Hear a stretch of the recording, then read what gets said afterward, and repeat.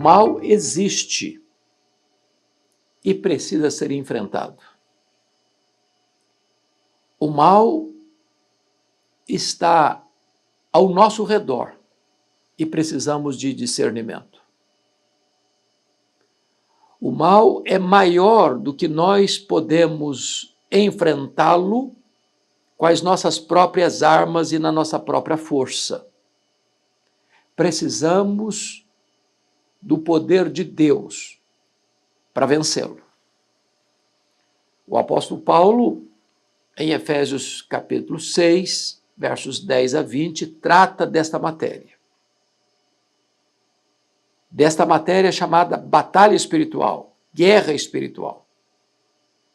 E Paulo diz que a nossa luta não é contra carne e sangue, não é contra pessoas, mas contra principados e potestades, dominadores deste mundo tenebroso e forças espirituais do mal nas regiões celestes. Portanto, já que estamos falando em batalha, em guerra, não há nada mais importante do que saber contra quem estamos lutando. Primeiro, contra quem não estamos lutando, não é contra a gente, não é contra pessoas. Agora, quem é o inimigo? Quais são suas armas? Quais são suas estratégias? Como nós podemos entrar nessa luta vitoriosamente? O apóstolo Paulo também disse que as nossas armas não são armas carnais, mas poderosas em Deus, para destruir fortalezas e anular sofismas. Ou seja, não podemos encarar o mal de cara limpa, fiados na nossa própria justiça ou na nossa própria força, ou com as nossas próprias ferramentas, com as nossas próprias armas. Precisamos compreender a natureza desta batalha espiritual. E por que precisamos de poder? Para enfrentar essa luta. Dar-lhe-ei algumas razões. Primeiro, porque nós lutamos contra um inimigo poderoso. O texto nos informa que a nossa luta não é contra carne e sangue, mas contra principados, potestades, dominadores deste mundo tenebroso e forças espirituais do mal. Ou seja, há uma espécie de estratificação de poder no mundo espiritual. Há uma espécie de ordem neste mundo da desordem. É por isso que se diz por aí que o crime é organizado, e é mesmo. Aqueles que são maus se mancomunam, se unem e urdem a trama. No mundo espiritual invisível é a mesma coisa.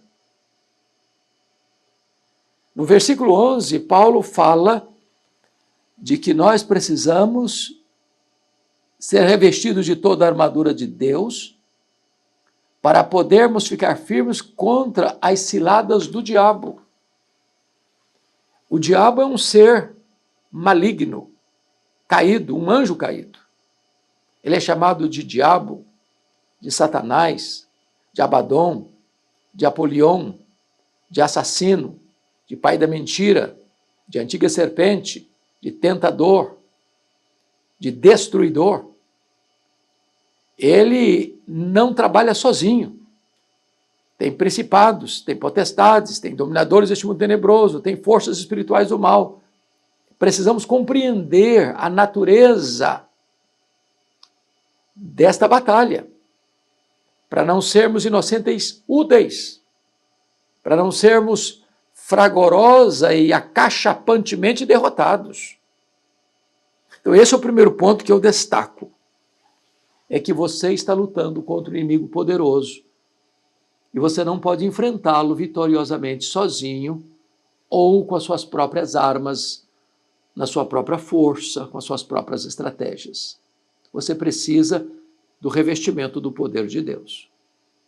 Segundo lugar, Precisamos desse poder porque lutamos contra um inimigo maligno.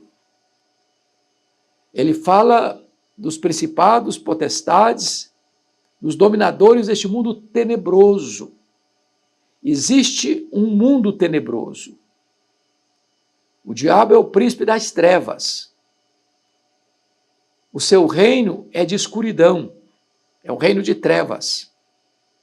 O diabo cega o entendimento dos incrédulos. E esse mundo, diz a Bíblia, jaz no maligno.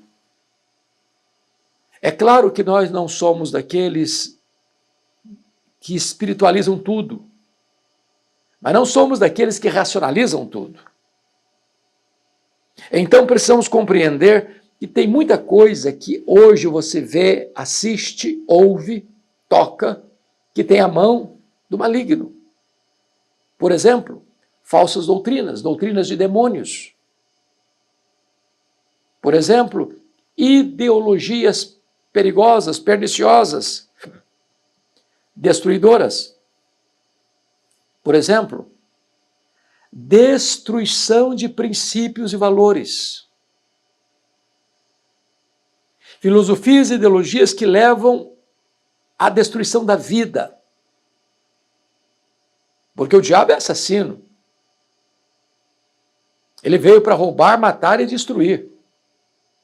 Então precisamos estar muito atentos para essa realidade contemporânea da depravação da sociedade, da desconstrução dos valores morais, da decadência da família, da decadência de valores, de princípios básicos da sociedade. Tem por trás, certamente, inspiração satânica. A investida no universo infantil para destruir a vida das crianças, confundindo a mente delas com ideologia de gênero, colocando sobre elas aquilo que se chama hoje de adultização da criança, ou a sexualização das crianças. Então, há certamente pessoas que são joguetes nas mãos do inimigo, do diabo, para destruir crianças, destruir princípios, destruir valores, destruir casamento, destruir família, destruir a paz da sociedade através de ideologias malignas que invadem as universidades, que invadem os meios de comunicação, que invadem a grande mídia, que invadem a literatura, que invadem os cinemas, que invadem os teatros, que percorre os corredores da sociedade. Mas, em terceiro lugar, nós precisamos de poder porque lutamos contra o inimigo astuto. Astuto. O versículo 11 fala muito claramente das ciladas do diabo. E a palavra cilada na língua grega é a palavra metodeia, de onde vem a nossa palavra métodos, estratégias, estratagemas, métodos. Em outras palavras, o diabo tem um arsenal bem variado de abordagem, de sedução, de tentação, de isca. Por exemplo, algumas pessoas têm muita limitação e fraqueza na área de dinheiro. Você quer conhecer uma pessoa? Dê dinheiro a ela. Ela não sabe lidar. Ela não sabe ser íntegra. Esta semana eu estava vendo um relato muito curioso.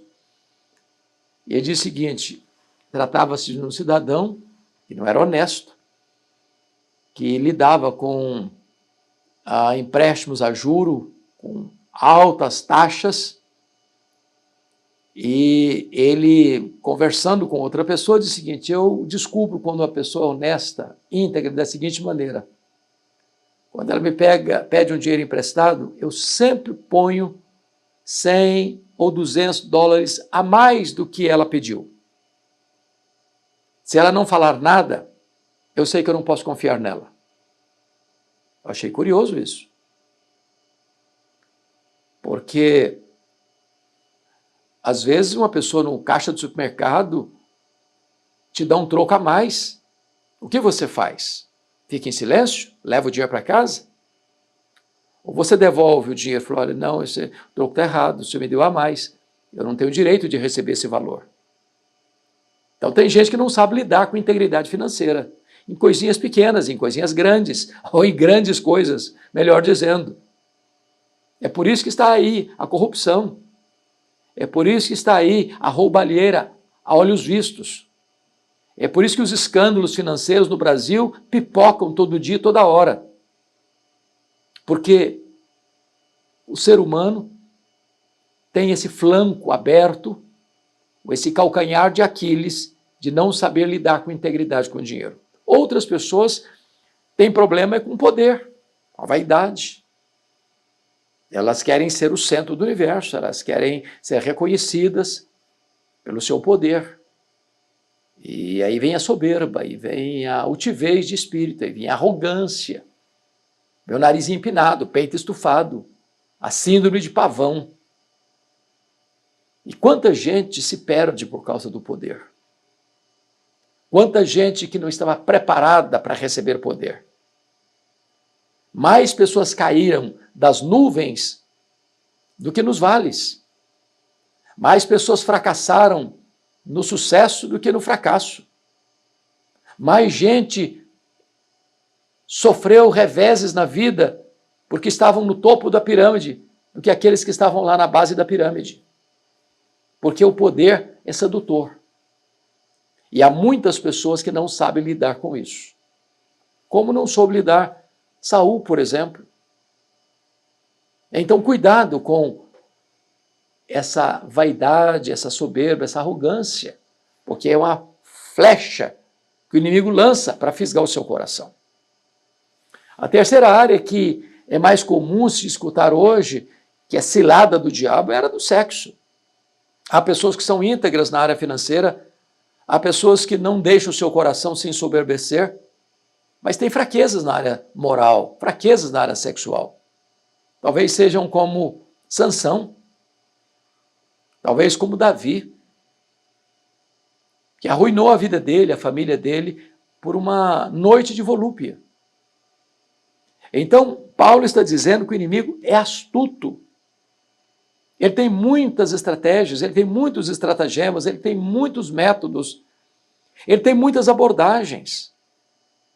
Jesus foi tentado no deserto 40 dias e 40 noites. E Jesus enfrentou o diabo com a palavra, está escrito, está escrito, está escrito. Mas Lucas 4 diz que o diabo o deixou até momento oportuno e voltou à carga, usando outras armas, outras estratégias, outras pessoas. Então, precisamos de poder para lidar com a astúcia desse inimigo. Mas em quarto lugar, precisamos de poder porque lutamos contra um inimigo que nos pressiona. O versículo 13 diz assim: portanto, tomai toda a armadura de Deus para que possais resistir no dia mau. No dia mau. O dia mau é uma referência às pressões. O dia mau é precedido por um tempo de folga. É como um filme de guerra que você assiste. Via de regra, quando você está assistindo um filme de guerra, a cena que precede a um ataque frontal e avassalador do inimigo é uma cena de tranquilidade, de serenidade, de descanso, de descontração, de risadas. E quando você pensa que o inimigo não vem, ou que ele foi embora, ou que ele desistiu, ou que está longe, ou que é inofensivo, é um ataque frontal. Muito, muito, muito importante é então entendermos que o inimigo age por pressão.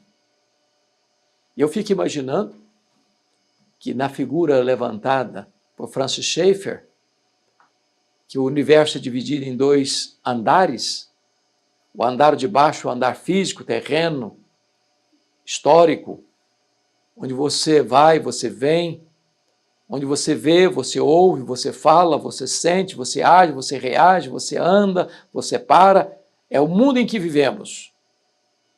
E o segundo andar é o mundo espiritual, invisível, mas não irreal. E os espíritos malignos estão por aí. armando ciladas, colocando casca de banana no seu caminho, tentando você, levando você à queda, à destruição. E aí imagine você que nessa ideia, então, de Francis Schaeffer, de uma casa de 2 andares, lá no andar superior, há uma ordem no mundo espiritual, a dia tal, chumbo grosso no fulano. Aí você acorda, parece que mal-humorado. Todo momento que você vai dar um passo, parece que tem mais um problema a enfrentar, a resolver. Você já sai de casa brigando com a esposa, com o marido, com os pais, com os filhos. Você chega no trabalho, o ambiente está transtornado. Parece que tudo conspira contra você.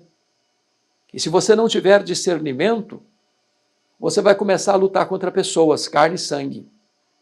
Quando, na verdade, isso faz parte da conjuntura da batalha espiritual, da pressão, do dia mal, do ataque. Então precisamos de poder. Porque sem esse poder, nós não teremos condições de lidar com a tentação, com a sedução, com a pressão. Como é que você lida com isso? Então, é preciso poder.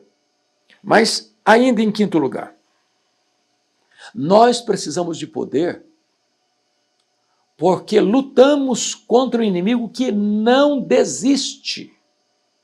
O versículo 13 ainda diz assim: e depois de vencerdes tudo, permanecei inabaláveis. Nunca você é tão vulnerável como quando depois de uma grande vitória. Depois de uma grande vitória, a sensação é de descanso, é de relaxamento, é de arriar as armas, é de tirar férias, pensando que agora o problema está resolvido, a página foi virada, o problema está solucionado, e você não enfrentará mais riscos e perigos. Mas o texto diz, depois de vencerdes tudo, não tirem férias. Não ensarilhem as armas.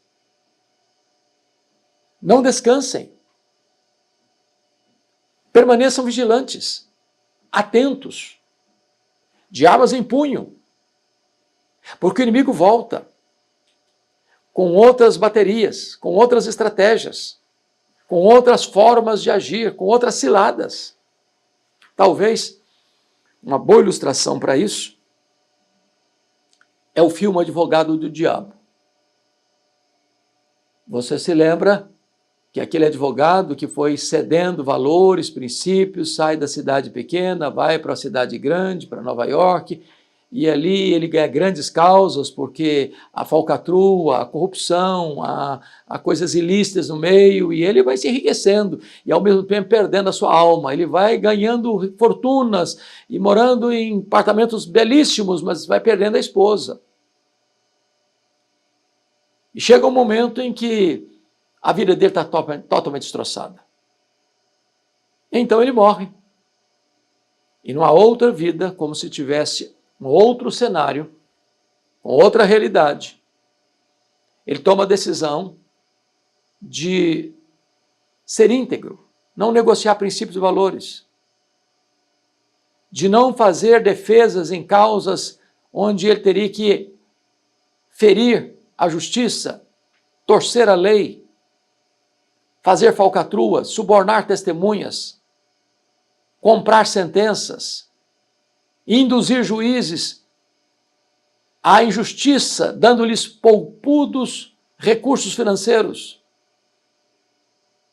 E então, há uma admiração geral nesse tribunal quando ele assume essa postura ética de valores graníticos e inegociáveis.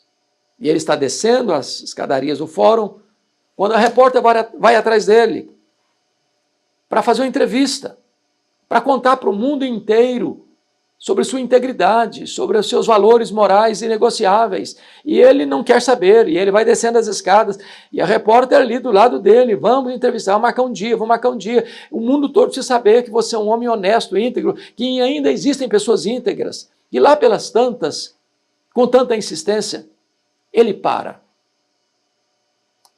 E diz então, vamos marcar a entrevista. E quando ele diz, vamos marcar a entrevista, a cena cinematográfica desfigura o rosto da jornalista e mostra o rosto, a cara do próprio diabo.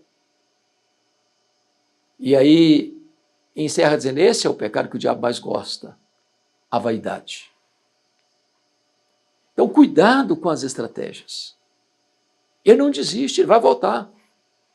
Você venceu um round, ele volta no segundo. Você venceu nesta área de integridade financeira, ele tenta você na área sexual. Você venceu na área sexual, ele tenta você na área da vaidade. É perigoso você entrar nessa batalha de cara limpa, sem o poder de Deus revestindo a sua vida. Mas em sexto lugar, você e eu precisamos de poder, porque esta luta, sendo espiritual, requer armas espirituais.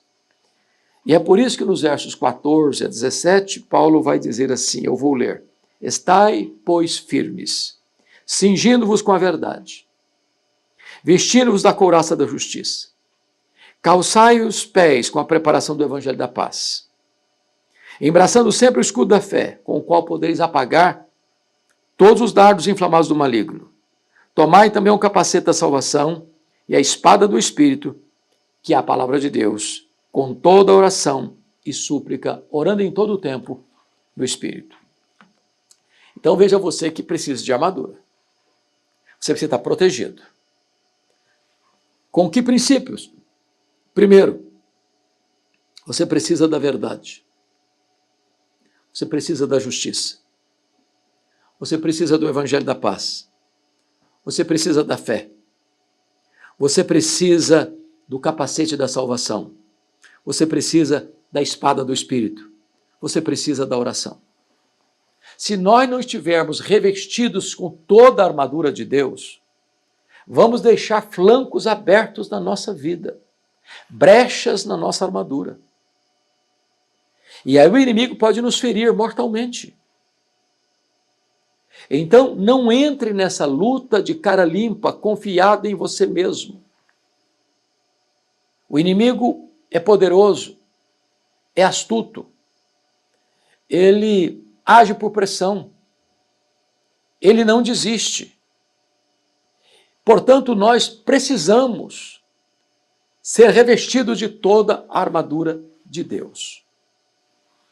E eu quero concluir levando você ao versículo 10, que diz, quanto ao mais sede fortalecidos no Senhor e na força do seu poder. Você tem experimentado a força do poder de Deus na sua vida? Ou você tem se rendido às suas fraquezas? Capitulado diante das suas debilidades? Beijado a lona, nocauteado nessa batalha espiritual. Permita-me encerrar com uma experiência que tive há muitos anos, na cidade de Recife. Eu estava pregando num culto de formatura do Seminário Presbiteriano do Norte em Recife. E quando terminou o culto de gratidão a Deus, um dos formandos me procurou para contar a sua experiência.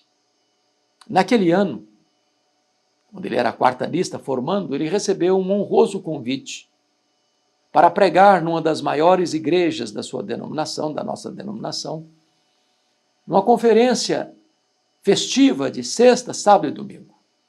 Não é tão comum as igrejas convidarem um seminarista para uma celebração como esta. Mas ele foi, com tanta alegria, colocou o seu melhor terno, colocou na mala os seus melhores sermões. Era sexta-feira, ele estava hospedado na casa do pastor. Antes de ir para a igreja, surge um problema. Uma mulher recorre ao pastor da igreja, na casa pastoral, e diz: pastor, precisamos de socorro e de ajuda. A minha vizinha está endemoniada, quebrando tudo dentro de casa. Ninguém tem coragem de enfrentar o problema. Há uma aglomeração humana na frente da casa e todo mundo com muito medo. O senhor precisa ir nos ajudar. O pastor respondeu: mas que coisa interessante. Acaba de chegar de Recife um santo homem de Deus preparado para essa tarefa. E o seminarista começou a tremer as pernas. Começou a suar frio. E, na verdade, ele queria ir embora. Ele não estava preparado para enfrentar aquela situação. Mas o pastor não o deixou. Agarrou pelo braço e foi caminhando com ele rua fora. De longe, escutaram os gritos cavernosos daquela mulher endemoniada. Quando chegaram na casa, tinha uma grande aglomeração humana, todo mundo apavorado, de olhos estatelados. E o pastor olhou para o seminarista olhou para o chão. O pastor disse: seminarista, o caso é todo seu. Pode entrar na casa. E com muito medo, e bambeando as pernas, ele entrou naquela casa e se deparou com um quadro horrível. Aquela mulher estava com seus cabelos desalinhados, com o rosto desfigurado, falando blasfêmias e impropérios. E ele tenta então pronunciar a primeira frase e ela lhe deu uma bofetada na cara e o joga ao chão. Ele era um homem de quase 2 metros de altura. E no chão ele ficou, caído, prostrado, nocauteado. E a mulher ao redor dele bufando como uma fera selvagem. Ele me disse: pastor Hernandes, eu fiquei no chão quase 1 hora. Naquele momento passou um filme na minha cabeça. As minhas fraquezas, as minhas mazelas, a minha frieza espiritual, a minha sequidão espiritual, a minha falta de poder espiritual. E enquanto ele está sentindo o peso dos seus pecados, de repente, ele começa a orar em voz silenciosa, baixa. Diz: meu Deus, eu ainda sou teu servo. Perdoa os meus pecados. Restaura minha sorte. Restitui meu poder. Como Sansão agarrado nas colunas, ele clama a Deus por uma visitação do poder do Espírito Santo sobre a sua vida. E quando ele começa assim a orar, a mulher caiu. E quando a mulher caiu, ele se levantou. Porque diante de Deus, humildade, mas diante do diabo, autoridade. E no nome de Jesus, ele deu ordem aos demônios para se retirarem daquela mulher. E ela ficou liberta. Completamente liberta. E esse seminarista, agora formando, chorando comigo, me disse uma frase que eu nunca mais esqueci. Ele me disse: pastor Hernandes, eu entendi naquele momento que não basta ser um crente, não basta ser um membro da igreja, não basta ser um diácono, um presbítero, um seminarista, um teólogo, um pastor, um missionário. É preciso ter o poder do Espírito Santo de Deus. Essa luta não é contra carne e sangue. Não enfrentamos vitoriosamente essa luta com armas carnais. Precisamos de armas espirituais, poderosas em Deus, para destruir fortalezas e anular sofismas. Não estamos lidando com o inimigo comum. As armas convencionais não servem para entrar nessa batalha. Precisamos de armas poderosas em Deus, armas espirituais. A minha oração é que você, meu irmão, minha irmã, possam confiar no Senhor, buscar este revestimento de poder, estarem prontos e preparados para esse embate, sem pausa, sem trégua, sem descanso. Mas nós não precisamos temer o diabo. A Bíblia nunca nos manda temer o diabo. A Bíblia nos manda temer a Deus, sujeitar-nos a Deus e resistir o diabo. E ele fugirá de nós. Não na nossa força, não no nosso poder, mas na força do Onipotente, no poder que emana do próprio Espírito Santo de Deus. Que Deus abençoe sua vida. Você já é mais do que vencedor em Cristo Jesus.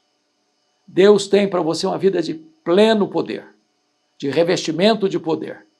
O mesmo poder que ressuscitou Jesus dentre os mortos está à sua disposição. Que você possa ter uma vida vitoriosa, na força do Senhor, vencendo e caminhando cada dia mais para vencer. Porque aquele a quem servimos é o vencedor invicto em todas as batalhas. Ele já derrotou o diabo e suas hostes na cruz do Calvário. E quando ele voltar em majestade e glória, ele vai colocar todos os seus inimigos debaixo dos seus pés.